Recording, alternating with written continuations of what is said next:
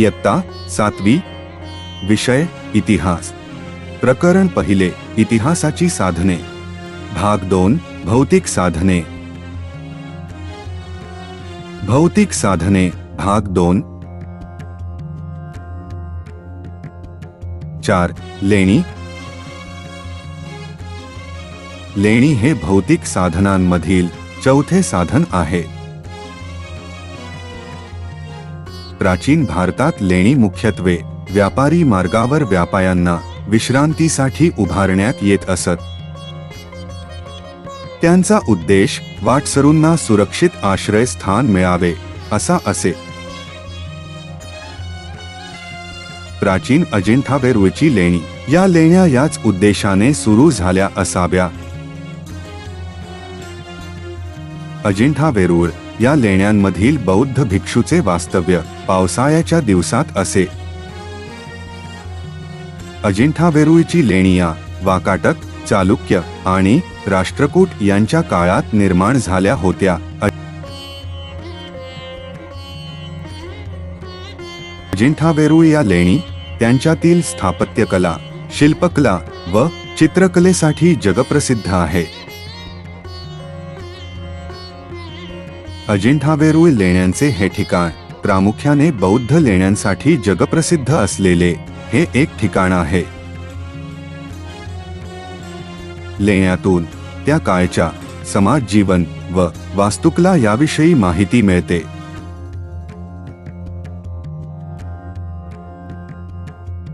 पाच. शिलालेख.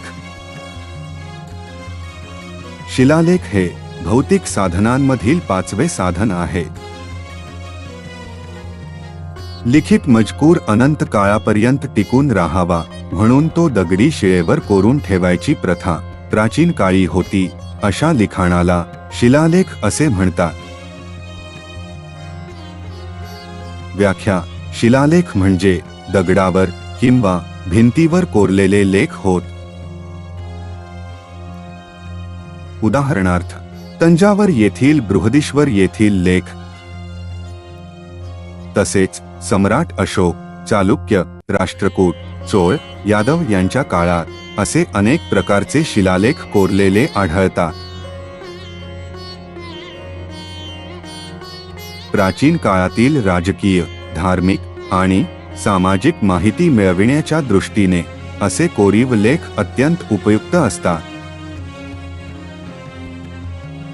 शिलालेखात अक्षरांच्या वळणावरून त्यांचा काळ ठरविता येतो.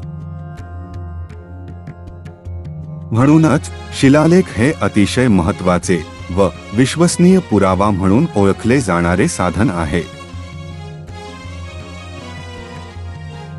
शिलालेखातून त्या काळातील भाषा, लिपी, समाज जीवन, राजाची धोरणे यांसारख्या गोष्टी समजतात.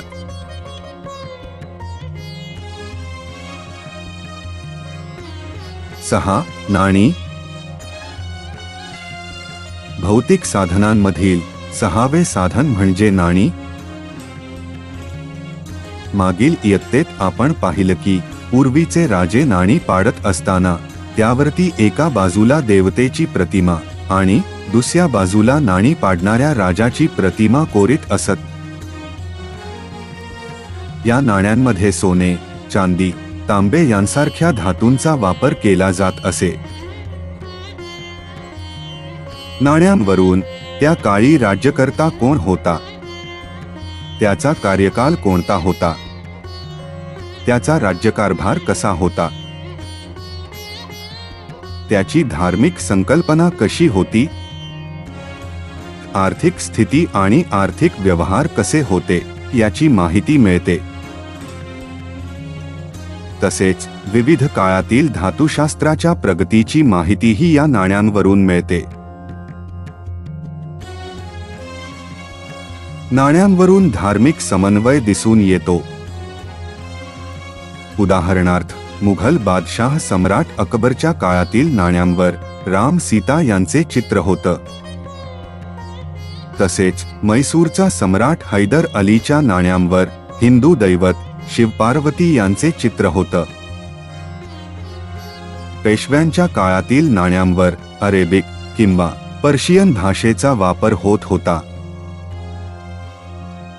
मुस्लिम राजांना हिंदू दैवतांचे वावडे नव्हते आणि हिंदू पेशव्यांना अरेबिक किंवा पर्शियन भाषेचा वापर करण्यात काही गैर वाटत नव्हतं. यावरून आपल्याला त्या काळातील हिंदू मुसलमानातील समन्वयाची भावना कळून येते. तर अशा प्रकारे नाण्यांमुळे इतिहास समजण्यास मदत होत असे. 7. ताम्रपट. ताम्रपट हे भौतिक साधनांमधील 7वे साधन आहे. तांब्याच्या पत्रावर कोरलेल्या लेखांना ताम्रपट म्हणतात. यांवर प्रामुख्याने राजाज्ञा, निवाडे, दानपत्र तसेच इतर अनेक वर्षासाठीची आज्ञा करून ठेवण्याची प्रथा होती.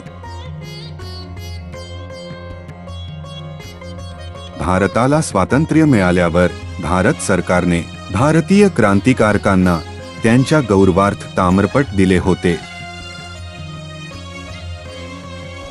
मुलांनो, आपण इतिहासाच्या काही भौतिक साधनांचा अभ्यास केला, परंतु याशिवाय चैत्य, विहार, मंदिरे, भांडी, दागिने, कपडे,